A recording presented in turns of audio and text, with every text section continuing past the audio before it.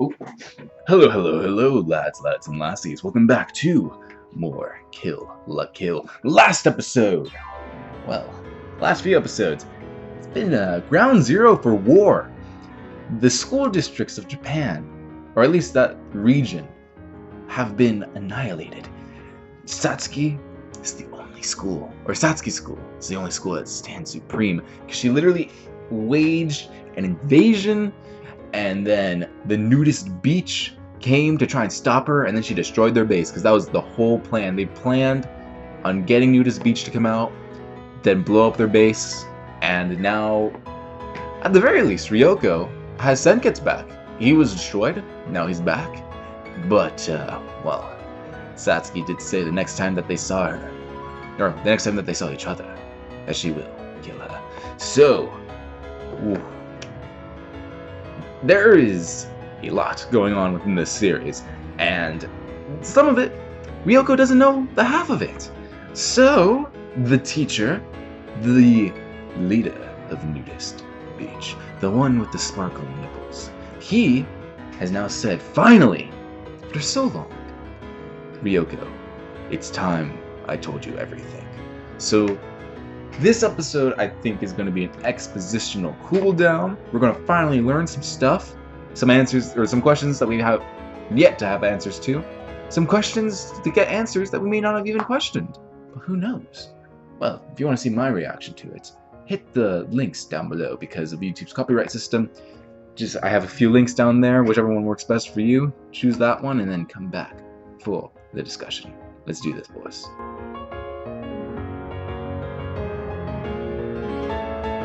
I don't know if the outro is going to make it into the into the reaction, so I'll just say it is very, very cute. It's very Mako-centric and very just Mako indeed. I can believe that is just what Mako is thinking at times. So outro, very, very cute.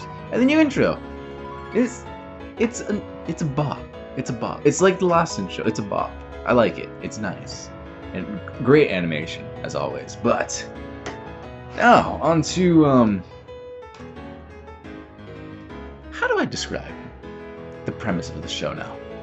Like, someone asked me to do a breakdown of Kill la Kill. What do I tell them?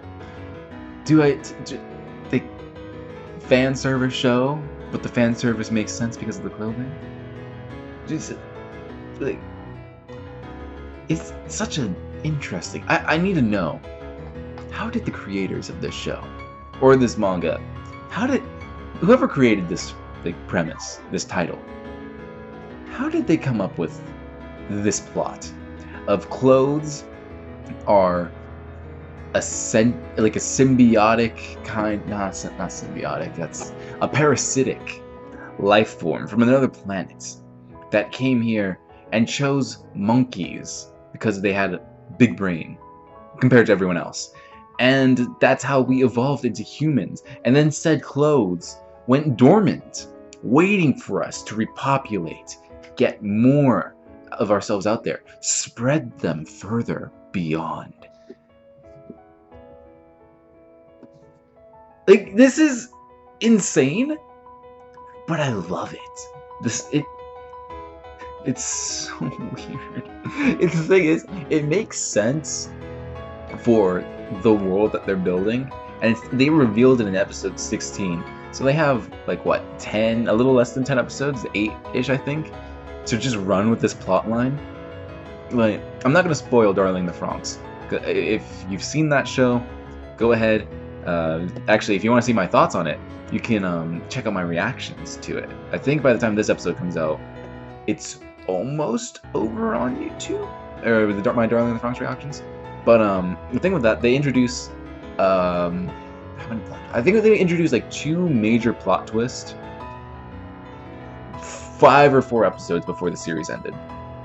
And if they introduced one of those plot twists, I think they would have been fine. But 2, and it drastically changes the lore and what we know about this world. It wasn't the cleanest ending. It was still a good ending. I'll stand by my words. I really did enjoy the ending of Darling in the Franxx, but it could have been better. Like, we have shows like Gurren Lagann. Perfect. It's just There's nothing wrong with it. And what can I say? You can watch my reactions for that and the movies also on the channel. Then you have Code Geass. Code Geass is interesting. I haven't reacted to it on the channel. I have seen it, all 2 seasons. I haven't seen the movies, any of the movies. I'm talking about Aikido and the Lelouch of the Resurrection, whatever that means. But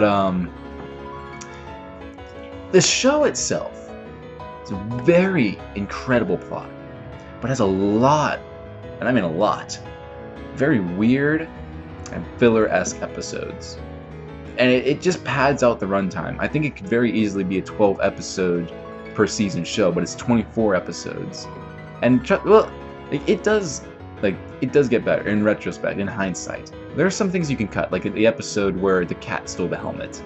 I don't think that really moved anything for characters or plot around. Maybe I'm wrong, but yeah. So like the series itself, very great plot premise. Very good characters, but sometimes you can feel like, it feels like it's kind of some filler episodes. It's dragging out. It's what's going on? What's happening right now? But then the ending, the final episode. What was it? Zero Requiem. It's so good. It's one of the best endings I've seen. It went like a C tier show to an easy A, because it sticks in my mind how well it did it. Why am I talking about Code Geass? It's a great show. I need to take Makai through it one day. But yeah, Kill la Kill. The fact that they're introducing this life-changing twist. It's... The reason I love this show, they can just say it, the clothing is an alien fabric that jump-started human civilization, turned us from monkeys to humans, and it's biding their time to suck us dry, and that Satsuki's mom, Miss Kiryuing, is the reason why they woke up. Like she's like the cult leader. It's like, it makes sense. It makes sense. You can throw this twist in. It's like, yeah, this has the WTF pass. Like, you can do whatever you want, and it will work. So I at first was unsure if Satsuki's mom may or I was like having a little bit of questions. I don't think I ever said it in the reactions, but like in the reactions, I do question Satsuki's mom's wording, because she always goes, humans are so interesting. Our humans' natural instincts are to cover up. So at first I was thinking, is she human or is she not? But she's just drunk so much of that fabric Kool-Aid that she just looks down upon her species, I believe. I don't think that she is a life fiber come to life. I just think that she's just so far gone, and she believes in the cause so much. So much so, that was an interesting bath scene between her and Satsuki. Relieved, like she's just, it's like a spa, I guess? She like relieved Satsuki's, like, what? I need to rewind. Well, I don't forgot how she phrased it, but yeah, Satsuki's having trouble maintaining control of Junkets. Senketsu is Ryuko's, Junkets is Satsuki's. She's having trouble maintaining Junkets. Junkets looks like much more vicious than Senketsu, because Junkets is from the life fiber ball that the mom has. I have to assume. Right? And Senketsu is, while he is a life fiber clothing, he's made by Ryuko's dad, specifically for Ryuko. That's why they're able to work so well together. And Junkets is kind of like the stock, powerful clothing that Satsuki's like, no, I can't control it. I will control it. It will bend to my will. Which, again, I'm so glad I thought of that quote, because it goes right into the next point. Satsuki and her mom. There has to be some kind of conflict there, because Satsuki's mom is full on this, like, she's drunk all the Kool-Aid for the clothing. Like, she wants the clothing to rule the world. She believes that they're, like, humans are meant to bow down to the clothing. But then, episode 3, we had that scene with Satsuki, where Junkets is trying to take over her. And she's just, it will bow down to me.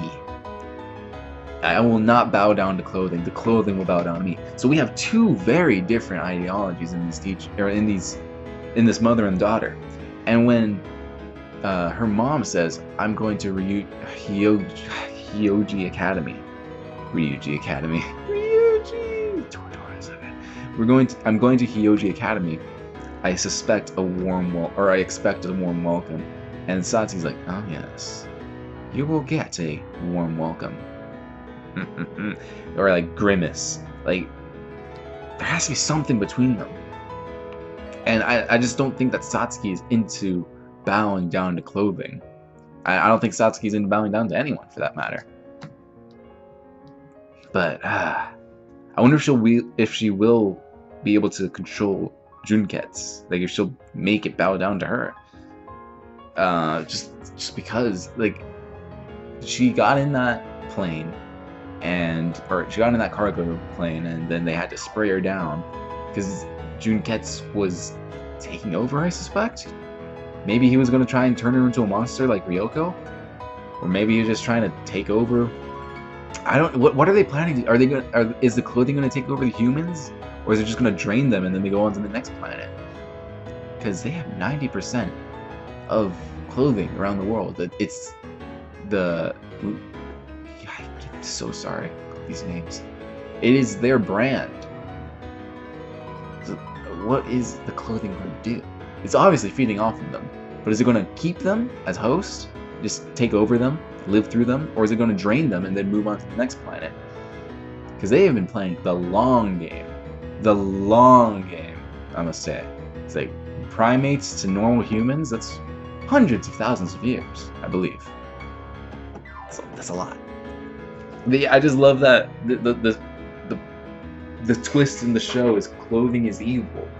And while we got hints of Nudist Beach believing that, I love that it's actually this. Like, it's actually legitimate. It's so interesting that the show is insinuating that humans developed clothing purely because clothing made them dependent on them, like as a psychological thing. It's like, wow. I love it. It's so fun. It's so good. Oh man. The intro to this got me. When they were like, "Oh, time for what you all been waiting for. It's time for the recap episode." I was like, "Oh shit, wait, this is Trigger. They did that for Gurren Lagann too." I was wondering if I was gonna have to skip this episode and do a new intro. But no. It's just like when a breakneck pace just made it so the intro fits in the prologue. Bye-bye. It's so good. I wasn't expecting that. It's like this show just keeps blowing. It just keeps subverting my expectations. It's so good. It's anime. Like Naruto, I believe, has a few of these sprinkled throughout the first series. I'm not sure about Shippuden because I haven't watched all of Shippuden yet. I am just going through it. It's a nostalgic time, but yeah, that time for the flashback episode. Yeah, that got me. I thought it was just going to be like that, and then that was going to be like the information that we would learn was just going to be like a few new scenes with the teacher talking and saying like, "Oh yeah, this and this and this," and then it was just flashbacks to it happening. But no, it was literally like the first minute, move on to something new, learn so much. And yes, we got the stakes now. The clothing is going to take over the world. We got to make everyone a nudist. Gotta make everyone a nudist, guys. Just the sun flares, the screen flares, the purple, the censoring purple is so good. They don't need to do the nipples, right? Like for the guys, is that a thing in Japan? Guys, like, is that like a very strict censoring thing in Japan? I don't know, because like in the States at least, guys' nipples aren't taboo. So is it taboo in Japan? I don't think it is. It's the first time I've seen it censored like this. It just has to be for the lulz. I wonder if like we're gonna get like Like, I wonder, since they're doing it for the guys, if like we're gonna get a scene with the girls and it's just gonna be like bright pink. Like, if we're setting a precedent, or if this is just like solely for the teacher. Is this the teacher's superpower? Is the teacher the next evolution of humanity? That'd be great. I just hope I hope we don't see it for anyone else. I don't think even Trigger does it. I just hope it's just the teacher. Like, I understand the solar flare for like the butts and like the little crevice right there, but I just hope purely for the nipples it's just the teacher, because it's his thing. You can't steal his thunder, guys. And then I really like the last real note that I have is I really do like that Ryuko is mad at Nudist Beach because they only see Senketsu as a weapon. I thought that she was going, it's like this bull, you know, like I don't believe. Like, for the most part, it seems like she believes it, and she seems like she would fight for them. But I love that she's like, no, Senketsu has feelings too. Senketsu is actually sentient. He's not just a weapon, he's a person by all rights. So I love that she's getting defensive for Senketsu, because Senketsu was horrified. And Nudist Beach doesn't care, because they only see him as a weapon. They only see him as clothing.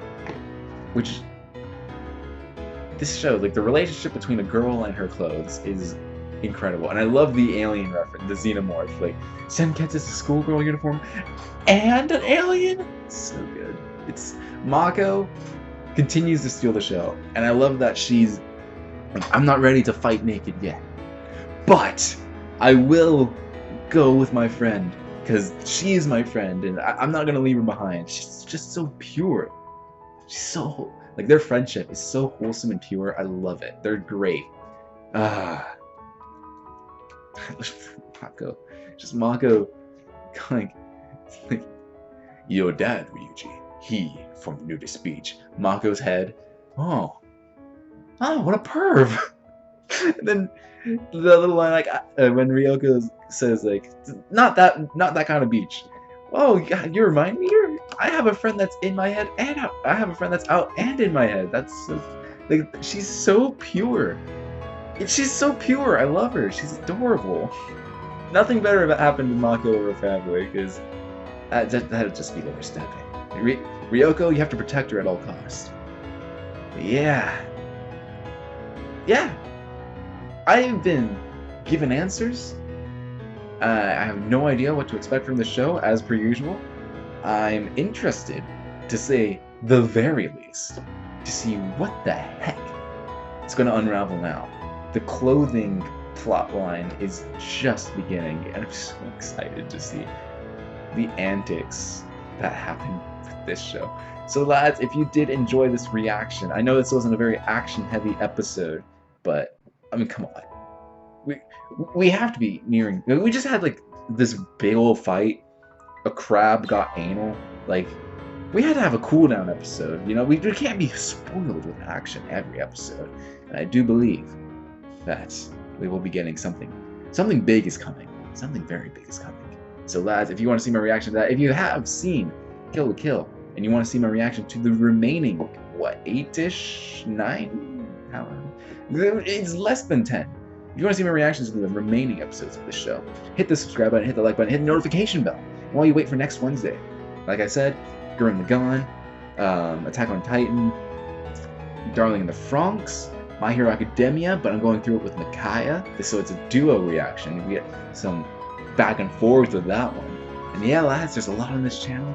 So yeah, stay tuned and see you next week for more.